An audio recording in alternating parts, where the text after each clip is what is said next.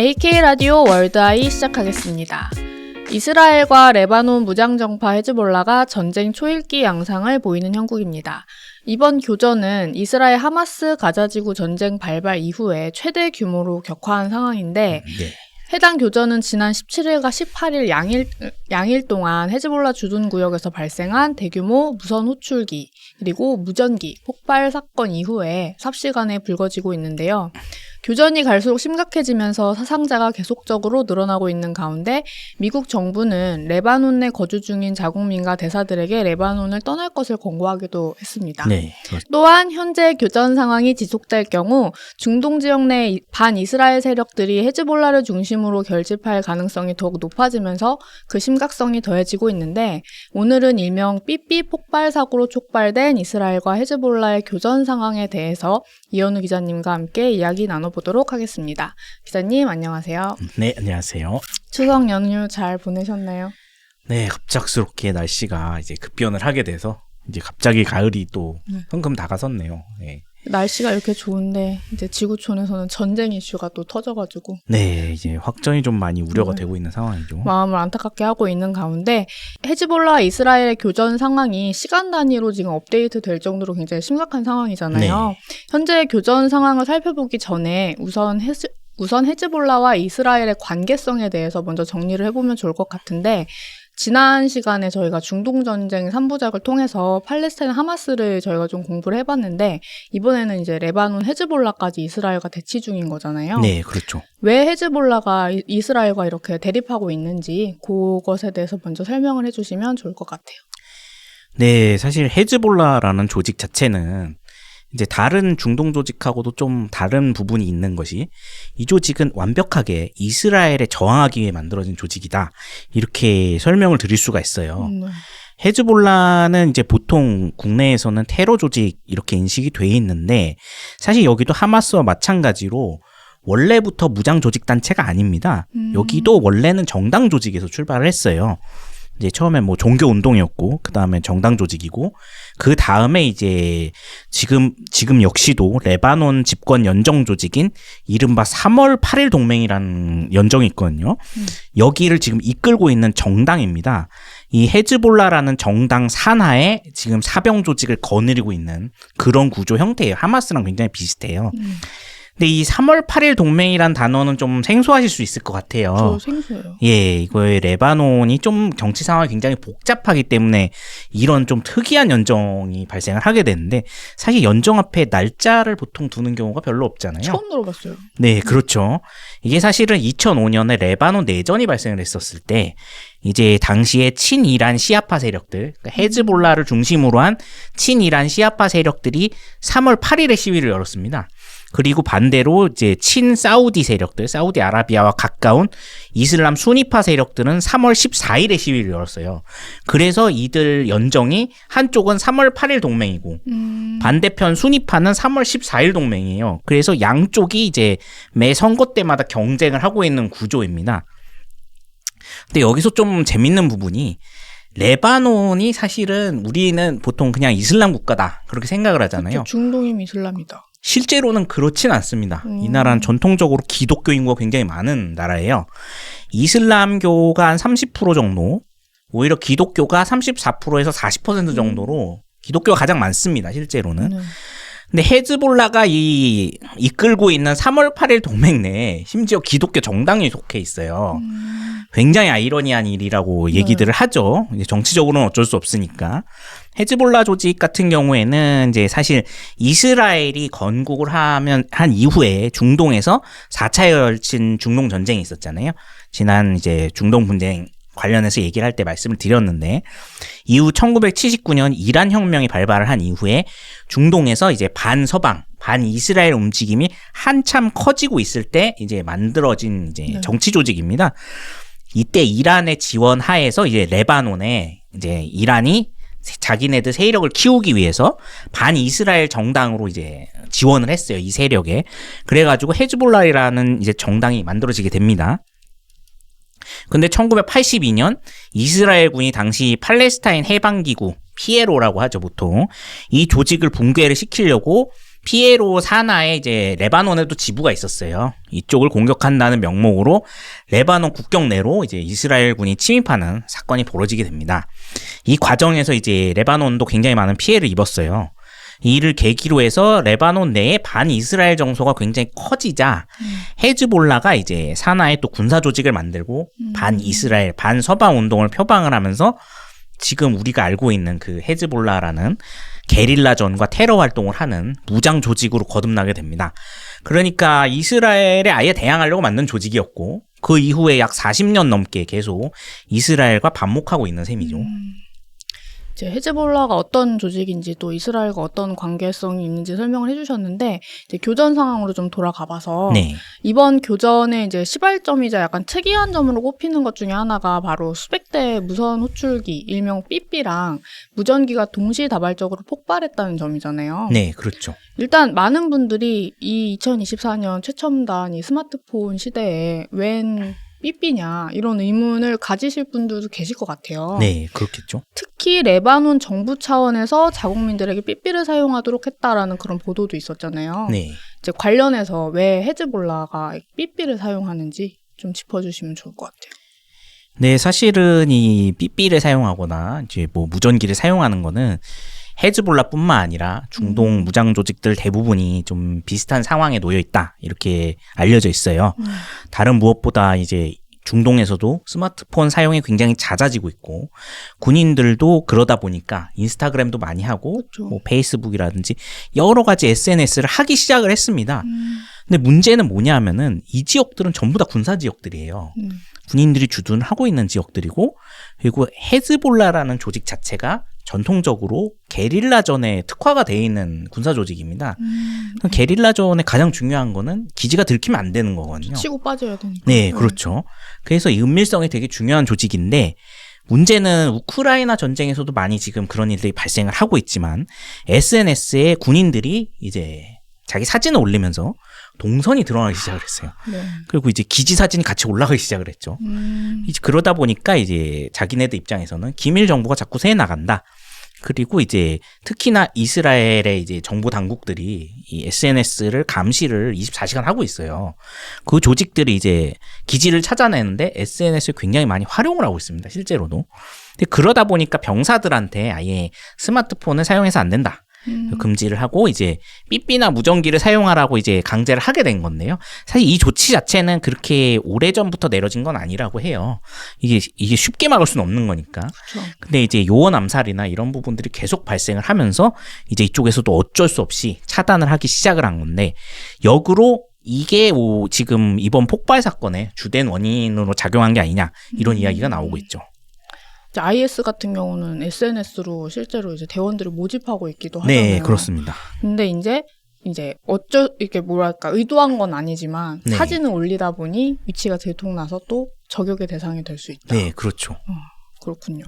그러면 이제 헤즈볼라가 이 사용하는 삐삐와 무전기에 대해서 이제 저희가 얘기를 하고 있는데 어떻게 동시에 폭발했는가 네. 이 지점을 또 많은 분들이 궁금해하실 것 같아요. 실제로 네, 그렇죠. 이제 해외 언론에서도 여러 가지 의문을 막 이렇게 제기하고 있는데 제가 이제 몇 개를 좀 쭉 살펴보니까 일단은 제조 단계에서부터 폭발 장치가 심겨져 있다 이런 주장이 있었고 또 한쪽에서는 유통 단계에서 이스라엘이 중간에 이걸 가로채서 약간 뭐 재조립했다 어떤 행위를 더했다. 이런 네. 주장이 이제 두 가지로 좀 나뉘어서 나오는 것 같더라고요. 네, 그렇죠. 지금. 이제 제조 단계에서부터 폭발 장치가 심겨져 있다는 주장을 좀 보면은 이번에 폭발한 호출기가 대만의 골드 아폴로사 제품이다. 이렇게 알려지면서 이 해당 업체가 또 곤욕을 좀 치렀잖아요. 네. 한패 아니냐 이런 얘기도 그렇죠. 좀 나왔고 네.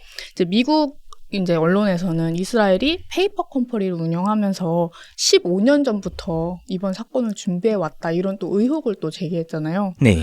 그리고 이제 뭐 이스라엘이 유통 단계에서 이제 호출기를 뭐 재조립했다 이런 주장이 또 나오고 했는데 뭐 어떤 주장을 들어도 사실 조금 어렵지 않나 전 이런 생각이 들거든요. 현실적으로 가능한지도 좀 궁금하고 어떻게 보고 계세요? 네, 말씀해 주신 대로 지금 미국을 비롯해서 서방 정보 당국에서도 주장이 크게 둘로 나뉘고 있죠. 네. 한쪽은 이스라엘이 처음부터 이제 페이퍼 컴퍼니를 만들어서 저가의 삐삐나 무전기를 헤즈볼라에 대규모 납품해주겠다. 이 페이퍼 컴퍼니를 통해 계약을 맺은 후에 생산 단계에서부터 아예 이제 뭐 백도어 칩을 사용하거나 내부에 소형 폭탄을 삽입했다. 이런 설이 하나가 있고요. 또 하나는 이제 기존의 헤즈볼라에 납품하던 회사를 뭐 아예 통으로 매입을 하든가 아니면 수출 직접 물건을 빼돌려서 폭탄을 부착시켰다. 이런 설 두 개가 크게 지금 나뉘고 있는데 사실 어느 쪽이로든 결과적으로는 이스라엘 당국이 헤즈볼라의 통신 장비 공급망을 장악을 했던 건 사실인 것 같고 그리고 이것을 통해서 폭탄을 어떤 방식으로든 심어놨다는 점에서는 사실 뭐 앞뒤 선호 문제가 있을 뿐이지 거의 동일한 의견이라고 볼 수 있어요. 이게 미 당국에서 준비 기간만 한 15년 이상 걸렸을 거다. 이런 이야기가 나온 이유는 실제로 이들의 이제 통신 장비 유통망이라는 것 자체가 겉으로 드러나 있는 게 아닙니다. 보통 이런 조직들의 이제 통신 장비 유통망은 통신 장비라는 게 사실은 거의 대부분 군용으로 전용이 가능하기 때문에 전략 자원이라는 거죠. 네. 그래서 이제 뭐 일반 우리가 보통 얘기하는 정상 국가라는 교육을 하는 국가들은 이거를 수입하고 수출하는데 자유롭지만 이제 뭐 테러 조직으로 찍혀 있거나 아니면은 뭐 여러 다른 활동들을 하고 있는 뭐 악의 축이라고 불리는 조직들도 있잖아요. 뭐 그렇죠. 제재를 받고 있는 국가들. 이런 국가들이 대놓고 매입하는 게 쉽지가 않아요. 그래서 유통 과정이 좀 많이 복잡해지는데요. 보통은 이제 이 물건이 결국에는 그 지역 항구로 들어가서 결국엔 수입이 돼야 되니까 그 지역 항구로 만약에 출항을 한다. 그럼 그때부터 뭐 미국의 CIA라든지 아니면 이제 북한처럼 유엔의 제재를 받고 있는 국가들은 이제 감시국들이 있습니다. 감시국들이 계속해서 그 화물의 이동 경로를 주시를 하면서 추적을 해 나갑니다. 근데 이 추적을 피해야 하다 보니까 중간 유통 과정이 굉장히 복잡해져요. 보통 어떤 방법을 쓰냐 하면은 이제 만약에 예를 들어서 뭐 김정은이 타고 싶은 차가 있다. 자동차가 있다. 아우디가 됐든 벤츠가 됐든 이 차를 수입해 오는 과정에서 그러면 이거를 그 차량도 결국엔 전략 자원으로 보기 때문에 계속해서 추적을 해 나가겠죠. 감시국들이. 근데 이 감시를 피하는 방법이 뭐 인도양을 지나고 있을 때 갑자기 해적이 나타납니다. 그래서 이제 선박을 탈취를 해요.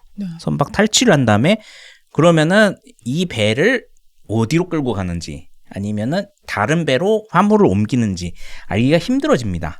왜냐하면 해적 조직들도 이제 각자 이제 소굴이 굉장히 은밀한 곳에 있기 때문에 그래서 그쪽에서 뭐 배를 갈아타든지 다른 방식으로 이제 화물을 옮겨가지고 몇 개월 뒤에 이제 여러 유통 과정을 거쳐서 결국엔 북한으로 가게 되는 거죠. 약간 돈 세탁이네요. 그렇습니다. 세탁을 하는 과정이 있어요.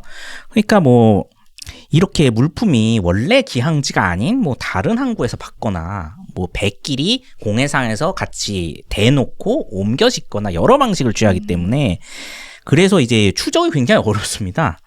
그러니까 이스라엘 당국은 단순히 이거를 뭐 페이퍼 컴퍼니를 만들고 자기네가 직접 폭탄을 심고 이 작업 이전에 이 헤즈볼라가 사용하고 있던 이 전자장비 유통망들을 굉장히 오랜 기간에 걸쳐 찾아냈어야 된다는 얘기예요.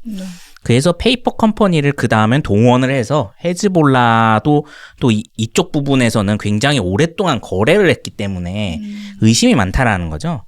그러면은 그들의 의심을 풀기 위해서는 일단 신뢰를 받아야 되잖아요. 그러니까 한두 번 교역 거래를 해서 이게 믿음을 주기가 어렵다.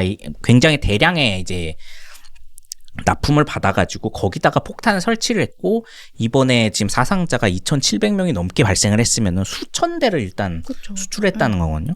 그러면 그 과정에서 굉장히 많은 거래를 이미 진행을 했었다는 얘기이기 때문에 그래서 최소 15년 이상 걸렸을 것이다. 이런 이야기가 나오는 것이죠. 제조 과정에서든 유통 과정에서든 어쨌든 이스라엘이 개입했던 거는 사실로 보인다. 지금 그런 의혹이 굉장히 큰 상황이고 그리고 또 이스라엘도 이걸 부인하진 않고 있다는 게 굉장히 중요하죠. 네. 지금 그 부인하지 않고 있다라는 말씀이 나오셨으니까 제가 또 질문을 드려보면은 이제 폭발 사고 이후에 이제 당연히 헤즈볼라는 이스라엘이 배후다 이렇게 지목을 하면서 강경 대응을 좀 하고 있잖아요. 그래서 이제 교전도 계속 진행되고 있는 상황인데 이스라엘은 이번 이 폭발 사고와 관련해 어떠한 확인이나 부인도 하지 않는 약간 그런 전략을 계속적으로 고수하고 있는 것 같아요. 우리가 한 것도 안 한 것도 아니다라는 그런 뉘앙스 있잖아요. 그렇죠. 근데 그러면서 막상 헤즈볼라랑 교전은 또 심각하게 하고 있단 말이에요. 네. 왜 이스라엘이 이런 애매모호한 전략을 취하는 거예요? 일단은 이스라엘과 헤즈볼라가 지금 상호간에 뭐 로켓포를 쏘든 폭격을 하든 국지전을 벌이는 것 자체는 이미 이제 이스라엘과 하마스 간 교전이 있는 상황에서 지금까지 좀 장기간 이루어져 왔죠. 그러다 보니까 이제 국제사회에서든 중동 지역 내에서든 더 이상 이제 새로운 뉴스는 아닌 게 됐어요. 이제 그런 상황에서 이스라엘의 현재 입장에서는 이제 하마스와 교전은 어느 정도 이제 정리 국면으로 가고 있는 상황인데 북부의 헤즈볼라와의 이제 국지전이 계속 이어지니까 분쟁이 더 커질 수가 있으니까 애초에 더 확전 전에 심리적으로 레바논 국민들에게 좀 타격을 주려고 했던 것이 아니냐 이런 분석이 나오고 있거든요. 무엇보다 이번에 이런 뭐 삐삐 폭발, 그러니까 이 전반적으로 이 공격을 통틀어서 이제 무선 교신기 공격, 이걸 영어로 페이저라고 하는데 페이저 폭탄 공격이라고 보통 부릅니다. 이거를 한 이유는 단순히 이제 레바논의 군벌 조직인 헤즈볼라뿐만 아니라 레바논의 일반 사람들 모두에게 이제 공포심을 줄 수 있는 공격이었어요. 근데 단순히 전선에서 지금 이스라엘군과 맞닥뜨리고 있는 군인들뿐만 아니라 민간인 누구든 집에서 이제 손쉽게 사용하던 휴대전화나 아니면 뭐 허리에 차고 있던 삐삐가 갑자기 폭발을 해서 죽거나 다칠 수 있는 상황이 일어날 수 있다. 이런 공포심을 넣어주는 것이 이제 레바논 내부에서 그러면 반전 여론이 커질 수 있다. 그런 아마 계산하에서 한 것이 아니냐 이런 이야기가 나오고 있는데요. 다만 또 이번 작전 과정에서 헤즈볼라 대원들 뿐만이 아니라 사실 민간인 피해도 계속 나오고 있거든요. 근데 그러다 보니 사실은 이스라엘이 이걸 대놓고 우리가 했고 우리가 성공했다라고 얘기하기에는 이건 사실은 이제 정규전이 아니라 비정규전 방식이고 이거는 이스라엘 같은 경우에는 어쨌든 국제사회 일원이잖아요. 그런 국가가 취해서 우리가 했다라고 성과라고 얘기하기에는 좀 상당히 이제 좋지 않은 방식이다. 왜냐하면 민간인 피해가 커졌기 때문에 가뜩이나 지금 하마스와의 교전에서도 민간인 피해가 커진 걸 두고 이제 국제사회의 비난이 굉장히 컸는데 이런 비정규전을 통한 공격까지 했다라고 당당하게 얘기를 할 경우에는 이게 비난 여론이 더 커질 수밖에 없다라는 거죠. 이런 거를 계산을 하다 보니 결국에는 이제 긍정도 부정도 아닌 입장을 취하면서 이제 레바논 쪽에는 우리가 어찌 됐든지 간에 너희 통신망을 장악하고 있다. 이거를 좀 보여주려는 것이 아니었나. 그래서 아마 이런 대형 이제 작전을 벌인 것이 아니냐. 그렇게 지금 해석이 되고 있습니다.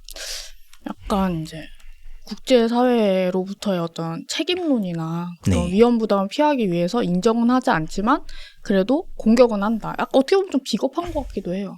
그 전략이. 제가 봤을 때는. 그렇죠. 이게 물론 전술적인 차원에서는 가장 이제 효과적인 전술이지만 실제로는 이게 그동안에는 보통 이런 전술을 어떻게 썼냐면은 상대편의 이제 적군의 고위 간부라든가 아니면 이제 그쪽에 이제 상당히 영향력이 있는 인물들, 그러니까 한두 사람 중요 인물들을 공격할 때 썼어요. 암살할 때 쓰던 방법을 수천 명한테 썼다라는 게 이제 새로운 전략이거든요. 이 전략 자체가. 그러니까 뭐 미국이나 서방 당국들도 놀란 것이 이렇게 엄청나게 준비를 해서 이제 이스라엘이 비정규전 방식으로 레바논을 공격을 했다는 것 자체에 상당히 놀란 거죠. 원래 이 방식은 민간인한테 썼을 경우에는 이게 피해가 너무 커질 수 있기 때문에 그러니까요. 미국이나 서방에서도 이제 별로 사용을 하지 않는 방식이었는데 이스라엘이 이 방식을 통해서 지금 나온 걸로 봐서는 이스라엘 정부도 어찌됐든 이제 헤즈볼라뿐만 아니라 레바논이 직접적으로 전쟁에 개입할 수 없도록 차단을 하고 싶어하는 그런 좀 다급함이 있지 않냐 이런 해석들도 나오고 있습니다.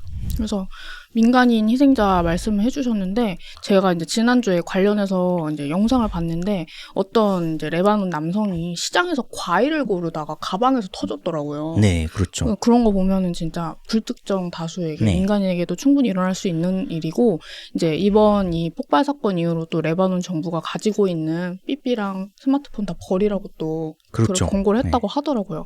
이제 말씀을 쭉 들어보니까 결국에는 이제 이스라엘이 뭔가 레바논의 어떤 사기를 꺾어놓으려고 그러는 것 같기도 해요. 이게 우리가 더 전쟁 심각하게 만들기 전에 알아서 이제 항복해라. 그러니까 이런 느낌인 것 같기도 한데 이제 관련해서 지금 미국이나 서방 국가에서는 이제 레바논에 있는 자국민이나 이제 대사관들한테 이제 철수하라고 이렇게 권고를 하고 있고 반면에 또 이란이나 하마스 같은 그런 반이스라엘 세력 같은 경우는 헤즈볼라를 또 지원하겠다 이런 입장을 보이고 있잖아요. 그래서 이번 교전이 뭔가 단순한 국지전에서 끝나는 게 아니라 5차 중동 전쟁으로 좀 확대될 위험성이 있지 않나 이런 얘기도 나오고 있는데 여기에 대해서는 또 어떻게 보고 계세요? 결국에는 이제 5차 중동 전쟁으로 우리가 규정을 할 정도로 확전이 될 가능성은 이란이 이 전쟁에 직접적으로 그리고 적극적으로 개입을 하느냐 마느냐 이 문제에 달렸다고 해도 과언이 아닙니다. 근데 왜냐하면은 이제 지금까지의 교전은 뭐 헤즈볼라든 아니면은 이라크에 있는 뭐 시아파 무장 조직들이든 이들은 정규 이제 각 국가들의 정규군 조직은 아니란 말이에요. 군벌 조직들인데 이들이 이제 파편화된 조직들이 이렇게 이스라엘에 로켓포를 날리거나 아니면 이제 국지전을 일으켜서 이제 소요 사태를 만드는 것과 이제 중동 지역에 뭐 이란과 같은 맹주 국가가 이제 자신을 따르고 있는 친이란 국가들을 다 이제 이끌고서 이스라엘에 정식으로 이제 전쟁에 참여를 하겠다고 선전포고를 하는 건 완전히 다른 문제입니다. 그렇죠. 근데 이제 지금까지 상황으로 봤을 때는 과연 이란이 이스라엘과 지금 전면전을 벌일 각오를 하고 있는가? 이거는 좀 다른 문제로 보이고 있어요. 이란이 일단은 이제 미국이 대이란 제재를 굉장히 오랫동안 하고 있잖아요. 뭐 협상도 완전히 결렬이 돼버렸고 그러다 보니까 경제 상황이 일단 굉장히 안 좋습니다. 이 전쟁을 시작을 하면은 굉장히 장기전으로 갈 수밖에 없는데 지금 하마스랑 교전도 거의 뭐 1년 가까이 가고 있잖아요.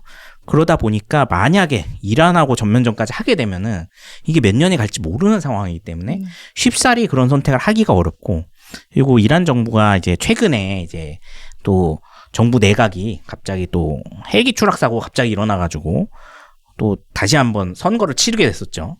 굉장히 혼란한 상황이에요, 실제로는. 그러다 보니까 이런 국내외 상황에서 과연 이란이 전면전을 이스라엘과 벌일 수 있느냐 없느냐 그 부분에서는 아직 좀 벌이기 힘든 것이 아니냐 그런 이야기가 나오고 있어요. 그리고 이스라엘 입장에서도 이스라엘도 마냥 이제 중동의 강국이라고는 해도 전체 중동 국가들을 상대로 계속해서 전쟁을 벌일 수는 없어요. 이스라엘도. 지금 국경을 맞대고 있는 뭐 하마스, 헤즈볼라 이외에 이제 이라크나 시리아에 있는 시아파 군벌 조직들하고 다 지금 교전을 하고 있는데 이들과의 교전도 상당히 지금 벅찬 상황이거든요. 근데 이란이라는 이제 중동의 대국과 전면전을 하는 건 그렇게 쉬운 일은 아니에요.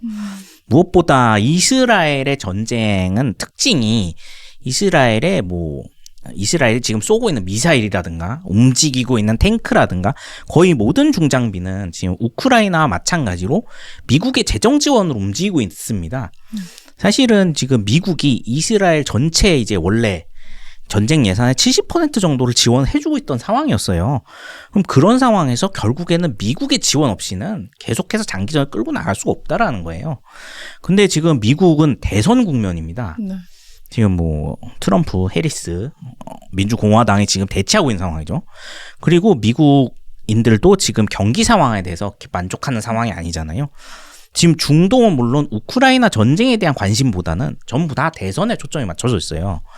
그러면 이런 상황에서 과연 양측이 전면전을 벌여서 그러니까 얻어낼 수 있는 게 뭐냐라는 거예요. 그러니까 전면전을 벌여서 현실적으로 뭐 자원을 얻어내든 외교적 이점이 생기든 뭔가 이점들이 생겼을 때 그것이 합치되는 지점에서 전면전이 발생을 하게 되는데 그것이 지금 없는 상황에서 과연 이란이든 이스라엘이든 그리고 이들의 과연 이란이란 국가가 중동 각지의 시아파 군벌 조직들을 배후에서 다 움직여서 이스라엘 공격하자고 얘기할 것이냐.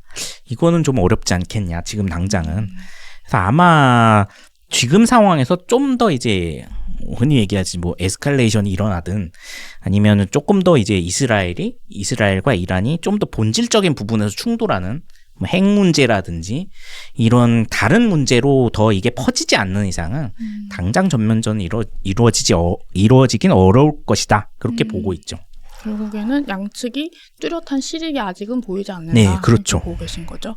자, 그럼 저희가 예전에 그 중동 전쟁 시리즈 할 때 네. 하마스 가자지구 전쟁 이슈를 다뤘었잖아요. 네. 그때도 제가 비슷한 의문을 가진 것 같은데 계속 중동 지역의 사고가 끊이질 않는데 그 중심에는 언제나 이스라엘이 있어요.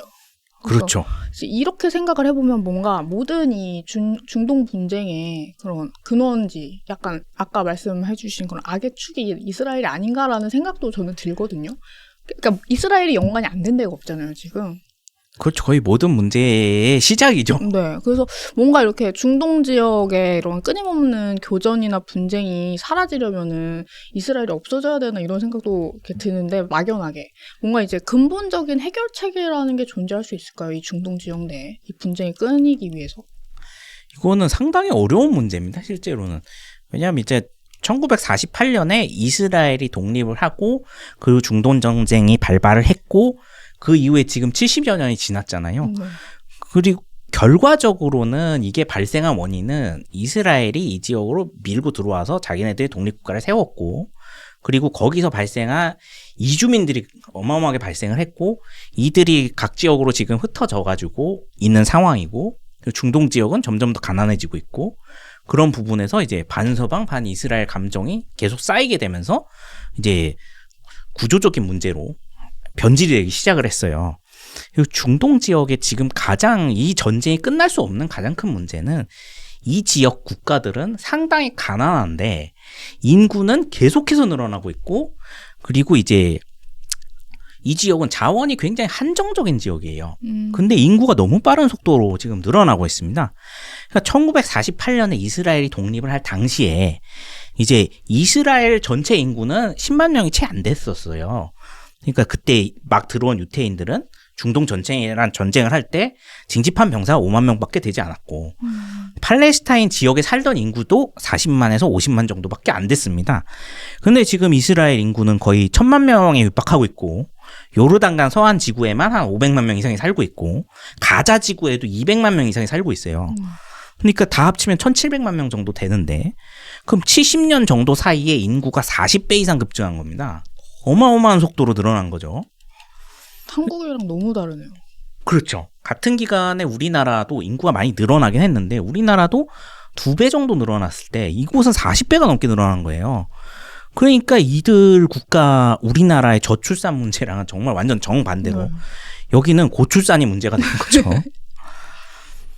근데 여기 문제는 우리와는 완전 차원이 다른 문제예요. 우리나라도 이제 인구가 늘어나면서 발생한 문제가 일자리 문제, 그리고 뭐 지금 연금 문제, 자원 배분 문제잖아요. 근데 이곳은 자원 배분 문제가 이런 문제들이 아니에요. 돈 문제보다 더 굉장히 눈앞에 와 있는 의식주와 그리고 물의 문제입니다. 물을 둘러싼 물 전쟁이 계속 날 수밖에 없어요. 이 지역은 수원지가 한정되어 있기 때문에 이곳을 둘러싸고서 이제 인구는 너무 많이 늘어났고 결국에는 어느 종족 하나가 물을 다 차지를 하고 지역을 점령하지 않는 이상은 해결될 수가 없는 문제입니다. 그래서 지금 미국이나 사우디아라비아 같은 이제 뭐 그리고 다른 서방 국가들이 제시를 해왔던 해법 중 하나는 아예 팔레스타인을 정식 국가로 인정을 해주고 그리고 양쪽이 상호 불가침 조약을 체결을 하고 대신에 이제 팔레스타인의 대규모 자금 투자를 국제사회에서 해서 경제력을 끌어올리자 이런 얘기였죠. 이게 흔히 얘기하는 이국가 해법이라는 방식입니다. 이건 사실은 뭐 트럼프 행정부 때 이거를 거의 뭐 만들었었기 때문에 중동 국가들을 가가지고 만들었기 때문에 이때 나온 얘기들로 생각을 하는데 실제로는 한참 전에 오바마 행정부 때부터 구체화가 됐던 해법이었어요. 지금 이스라엘의 네타냐후 정권도 그렇고, 그리고 이스라엘과 지금 싸우고 있는 뭐 하마스든 헤즈볼라든 이런 무장 조직들도 지지 세력이 다 강경론자들이에요. 자기들을 지지하는 국민들은 적군을 몰아내고 우리가 수원지를 차지하고 우리가 원래 살던 땅이니까 당연히 외적을 물리쳐야 된다. 이런 마인드를 갖고 있는 사람들이에요. 그러면은 이들을 지지 기반으로 해서 성장한 지금 정치 세력들인데 이들이 이제 자기네 주요 지지층들한테 이 국가 해법이나 아니면은 현실적으로 타협론을 제시를 했을 때 이들이 과연 정권을 지켜낼 수 있느냐, 이게 또 걸리는 문제거든요. 이들이 만약에 이런 타협론을 제시를 하게 되면은 당장에 이제 그들을 따랐던 뭐 그들 내부의 강경론자들은 당연히 이 정당은 변절했다, 아니면 민족을 배신했다 이러면서 다 이 지지를 철회를 하게 됩니다. 그러면 정권을 잃을 수가 있는 거예요. 그렇죠. 그러다 보니까 이들도 현실적으로는 이제 미국이나 서방에서 그리고 사우디에서 제시하는 이 두 국가 해법, 이게 맞다고 보지만 이거를 마냥 따를 수는 없다라는 거죠. 결과적으로는 모든 문제가 이제 해결의 실마리를 찾고, 그리고 현실론이든 이게 좀 더 나아간 이상론이든 중동 사회에 받아들여지기 위해서는 중동 평화안이라는 게 정착을 하려면은 조금 더 오랜 세월이 필요하다는 얘기가 나오고 있어요.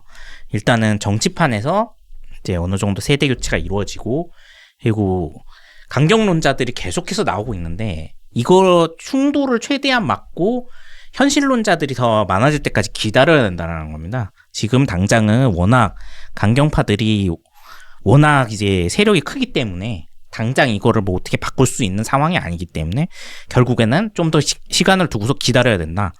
오히려 지금 상황에서 무조건적으로 현실론을 따라라라고 얘기하면은 더 반발이 커질 수 있다는 거죠. 그래서 결국에는 상호 발전적 방향으로 앞으로 국정을 운영을 할 수 있는 새로운 신진 세력들이 등장하기 전까지는 이 문제는 쉽게 해결할 수가 없지 않을까, 그런 이야기가 나오고 있습니다.